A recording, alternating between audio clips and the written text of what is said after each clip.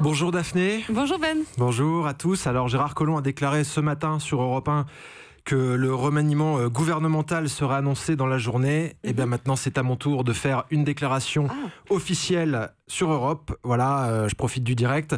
Ça fait des semaines que j'hésite, je réfléchis, ma famille se demande, va y aller, va pas y aller. Voilà, on est le 23 novembre, je vous le dis, je suis officiellement candidat à la présidence des Républicains. Bim.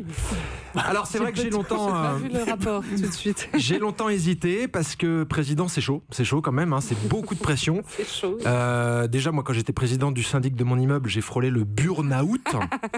C'est pas très joli ce mot là d'ailleurs, syndic. Et président des Républicains, niveau pression, c'est ingérable parce qu'il faut aimer au minimum l'argent déjà, ça va, mais surtout il faut aimer les emmerdes, les magouilles, Patrick Balkany. Alors ça en revanche c'est pas trop ma tasse de thé. Et puis de vous à moi j'ai autre chose à foutre que de faire des selfies avec Rachida Dati ou aller manger des moules frites avec Nadine Morano. C'est beaucoup de pression comme job, mais quand même, je me dis qu'il doit y avoir quelques petits avantages. J'ai l'impression que je serais mieux reçu si j'étais président des Républicains. Je serais mieux reçu chez mes beaux-parents, déjà le dimanche midi, ça m'éviterait les questions du genre alors, elle a fait quoi cette semaine, l'artiste? Et puis même ici, je suis désolé Daphné, mais vous pourriez plus m'accueillir en disant alors maintenant on va accueillir notre visiteur du jeudi. Bah non. Il a le nez dans l'actu, la tête dans les étoiles. Il nous fait pisser de rire tous les jeudis matins. C'est vrai que Allez, c'est toi mon champion. je dirais quoi alors? Je sais pas, on cherchera, on va trouver. En revanche, je tiens à préciser que ma candidature n'a rien de politique, c'est juste pour apporter un petit peu de fraîcheur à cette élection. Bon, jusque-là, le favori de la compétition, c'était Laurent Wauquiez. Alors, je sais que Kairon l'apprécie énormément.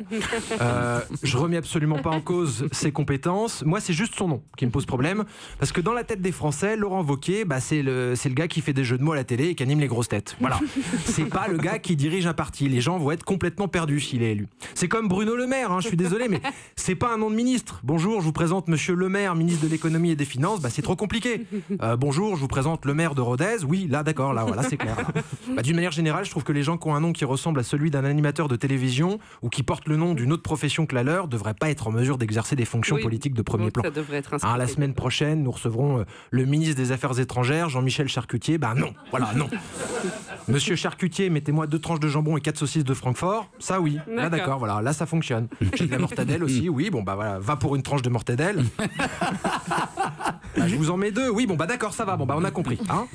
Alors, dans un souci de transparence, je vais procéder maintenant à ma déclaration de patrimoine.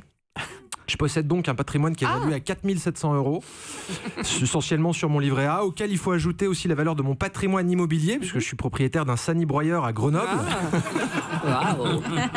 ma bagnole et aussi depuis peu 2 tranches de jambon, 4 saucisses de Francfort et 2 tranches de mortadelle.